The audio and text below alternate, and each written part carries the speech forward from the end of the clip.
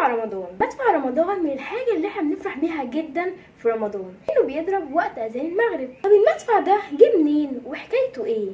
وليه خلوا المدفع يضرب وقت اذان المغرب اصلا؟ تعالى اقول لكم الحكايه، بس قبل ما اقول لكم الحكايه ما تنسوش السبسكرايب وتفعلوا زر الجرس واللايك والكومنت لو عجبتكم القصه، وتقولوا لي برده لو عايزين اي قصه تانية. كمان سنه 865 هجريا في القاهره عند غروب الشمس كده كان السلطان خوش قدم عاوز يجرب المدافع اللي جات له جديده. لما جه يجربها بالصدفه كده ضربت ساعة أذان المغرب. فالناس كانوا فاكرين إن السلطان عمل كده علشان ينبه الصايمين بميعاد الفطور. خرجت مجموعة كده من الناس علشان تشكر السلطان على الاختراع الرهيب ده. ولما السلطان شافهم فرحانين إن المدفع ضرب وقت الأذان، قرر إنه كل يوم هيضرب المدفع في وقت أذان المغرب علشان الناس تفطر. وفاجئهم بحاجه كمان، انه هيخليه يضرب وقت السحور كمان. بدأت فكره المدفع دوت تنتشر في الشام، بغداد في اواخر القرن 19 والكويت. والمدفع دخل الكويت كان في عهد الشيخ مبارك الصباح في عام 1907. وكمان دخل الخليج والسودان واليمن افريقيا واسيا. يعني المدفع اول ضربه ليه كانت في القاهره،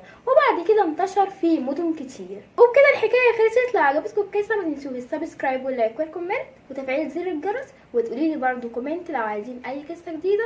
ويلا باي.